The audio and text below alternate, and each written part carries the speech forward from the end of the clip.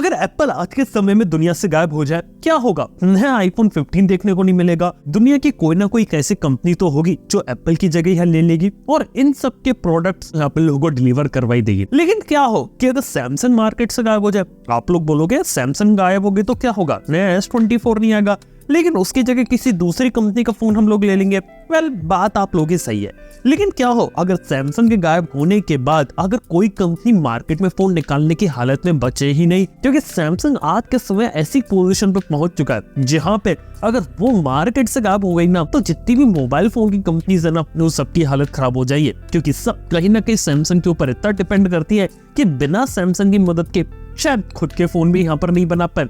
और हाँ, यहाँ पर मैं फोन्स की तो सिर्फ अकेले बात कर भी नहीं रहा हूँ, यहाँ पर मैं बात कर रहा हूँ दूसरी चीजों की, जैसे टेलीविजन हो गया, उनके डिस्प्ले पैनल्स हो गए उनको बनाना, या दूसरे इलेक्ट्रॉनिक आइटम्स बनाना, यहाँ तक कि SSD बनाना, मेमोरी और स्टोरेज डिवाइसेस को यहाँ पर बनाना, छोटी से छोटी चिप्स को बनाना या मोबाइल फोन की बैटरी को बनाना, हर एक काम सैमसंग यहाँ पर करता है। और सैमसंग अपने साथ ये सारे काम दुनिया के साथ शेयर भी करता है, जिस कारण से बाकी सारी दूसरी कंपनीज भी सैमसंग की मदद लेके अपने प्रोडक्ट्स को यहाँ पर बना पाती है।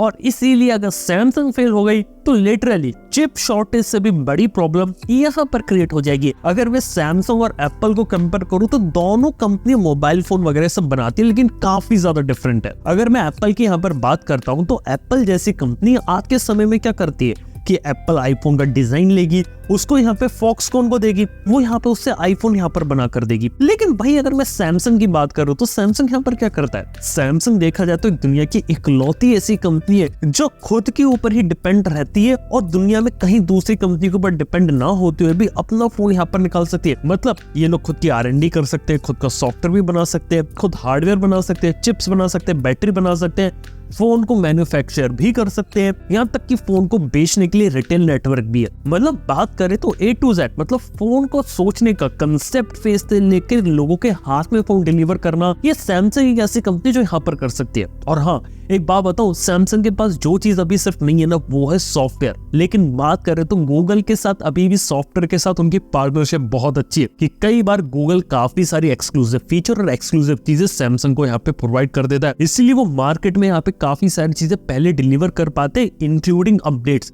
और क्या आप लोग को बात मालूम है, एक जमाने में सैमसंग के पास अपॉर्चुनिटी थी एंड्रॉइड खरीदने की, लेकिन सैमसंग ने वो अपॉर्चुनिटी जाने दी और गूगल के पास एंड्रॉइड चला गया। लेकिन सोचिए अगर किसी ऑल्टरनेट यूनिवर्स में सैमसंग के हाथ में एंड्रॉइड हो जाता ना तो फिर मार्केट में ना सिर्फ सैमसंग की ही मोनोपोली यहाँ पर चलती। लेकिन सैमसंग के साथ एक सबसे अच्छी बात यहाँ पर यह है कि सैमसंग जो है ना वो अकेले सिर्फ मोबाइल फोन पर ही रिलाई नहीं करती। अगर आप सैमसंग का बिजनेस देखेंगे तो वो बहुत ज्यादा बड़ा है। कहा जाता है जो साउथ कोरिया है ना वो पूरा सैमसंग के दम पे यहाँ पे चलता है, क्योंकि सैमसंग एक ऐसी कंपनी है जिसने देखा जाए तो हर एक सेक्टर में वहां पर काम किया और काफी ज्यादा एडवांस चीजें करी है। यहाँ तक कि बुर्ज खलीफा के कंस्ट्रक्शन से लेके प्रोसेसर बनाना सब काम उन्होंने किया। लेकिन उन्हें एक बात बहुत अच्छे से पता है कि अगर वो कोई भी काम यहाँ पे करेंगे तो उसकी भी एक लिमिट रहती है। जैसे कि आज के समय में जितनी भी पॉपुलर कंपनीज है, जैसे Xiaomi की बात करें, पूरा BBK ले ले, ये सिर्फ मोबाइल फोन पे रिलाई करते हैं। लेकिन सैमसंग एक ऐसी कंपनी है जो मोबाइल फोन पे इतना ज्यादा रिलाई नहीं करती। आज भी सैमसंग मोबाइल फोन के कंपोनेंट और अपने इलेक्ट्रॉनिक बिजनेस से ज्यादा पैसा पे बनाती है और उससे पता है अगर वो मोबाइल फोन बनाना छोड़ भी देना तो भी वो प्रॉफिटेबल यहाँ पे रहने वाले हैं। और एक खास बात है सैमसंग के पास कि वो हमेशा थोड़ा सा फ्यूचर देख के चलते हैं। जैसे कि उन्हें पता था कि इलेक्ट्रिक व्हीकल्स आने वाले, तो सालों पहले उन्होंने इलेक्ट्रिक व्हीकल्स की बैटरी पे काम करना शुरू कर दिया। BMW की कुछ कारों के अंदर EV बैटरीज को बनाया उन्होंने और ऐसे सेल्स को ऑलरेडी वो लोग बना रहे हैं, तो यहाँ पे इलेक्ट्रिक व्हीकल्स के अंदर यहाँ पर यूज होंगे। ये बहुत ही स्मार्ट मूव था सैमसंग के लिए, पहले ही अपने डायरेक्शन को अलग कर लो। उन्हें पता है कि मोबाइल फोन के पार्ट्स तो बना रहे हैं, लेकिन फ्यूचर में इलेक्ट्रिक व्हीकल्स ज्यादा पॉपुलर होंगे और उनके अंदर मेजर कंपोनेंट उनकी बैटरीज होंगी, तो क्यों ना उनकी बैटरीज बनाना भी शुरू कर दे। और ऐसे ही बात करें AR और VR हेडसेट की, यहाँ पर एप्पल ने अपना विजन प्रो निकाला। लेकिन बात कर तो सैमसंग भी सालों से VR इंडस्ट्री के अंदर काम कर रही है। और क्या आप लोग को मालूम है कि सैमसंग, गूगल और क्वालकॉम तीनों मिलकर अपना एक प्रोडक्ट भी यहाँ पे डेवलप कर रहे हैं जो यहाँ पे एप्पल के विजन प्रो से यहाँ पे टक्कर लेगा। और ऐसा नहीं हो कि सैमसंग अगर कोई टेक्नोलॉजी यहाँ पर बना देगी तो सिर्फ अपने पास रखेगी।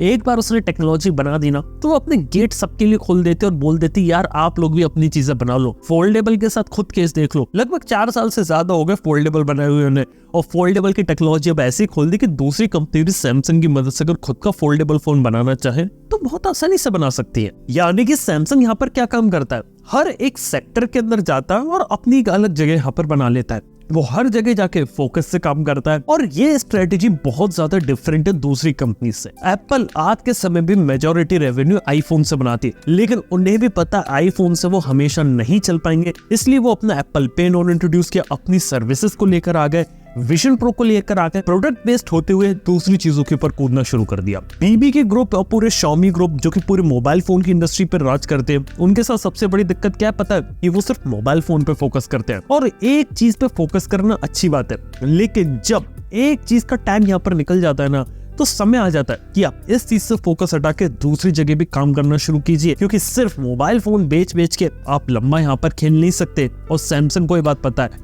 उसे पहले से ही पता था कि मोबाइल फोन की इंडस्ट्री बहुत ज्यादा कंपेटिटिव होने वाली है, इसलिए उसको एक ऐसा प्लेयर बन जाए जो कि रिप्लेस ना हो पाए। और सैमसंग इतना बड़ा ग्लोबल लेवल पे काम करता है इतनी सारी चीजों में कि अगर एक चीज उसकी फेल हो भी गई ना, तो दूसरी चीजें हैं उसको साथ देने के लिए। सेम केस सोनी के साथ था, सेम केस नोकिया के साथ था। नोकिया सोनी एक जमाने में मोबाइल फोन इंडस्ट्री में काम करते थे, नोकिया राजा हुआ करता था, सोनी के भी फोन्स पॉपुलर हुआ करते थे, लेकिन सोनी को पता चल गया कि मोबाइल फोन इंडस्ट्री में उसकी दाल नहीं गलने वाली। तो उसने सोचा कि क्यों ना मोबाइल फोन से जगह हम दूसरी जगह काम करते हैं। और आप खुद देखिए आज के समय में सोनी के जो कैमरास होते हैं अल्फा सीरीज के बहुत सही बनाती है, सोनी का प्ले स्टेशन अपनी जगह नंबर 1 है।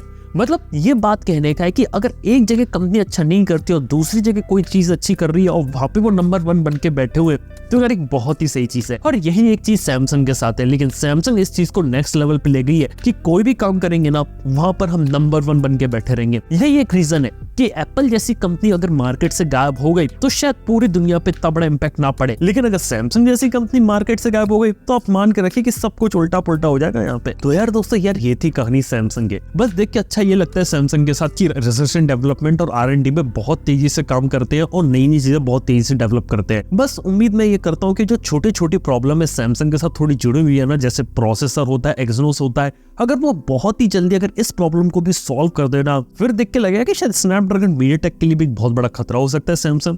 क्या लगता है क्या हो सकती है आने वाले फ्यूचर में सैमसंग की कहानी? ये बात नीचे कमेंट बताना ना भूलना। थैंक यू वीडियो देखने के लिए। मैं आपसे नेक्स्ट वन के अंदर। Good bye.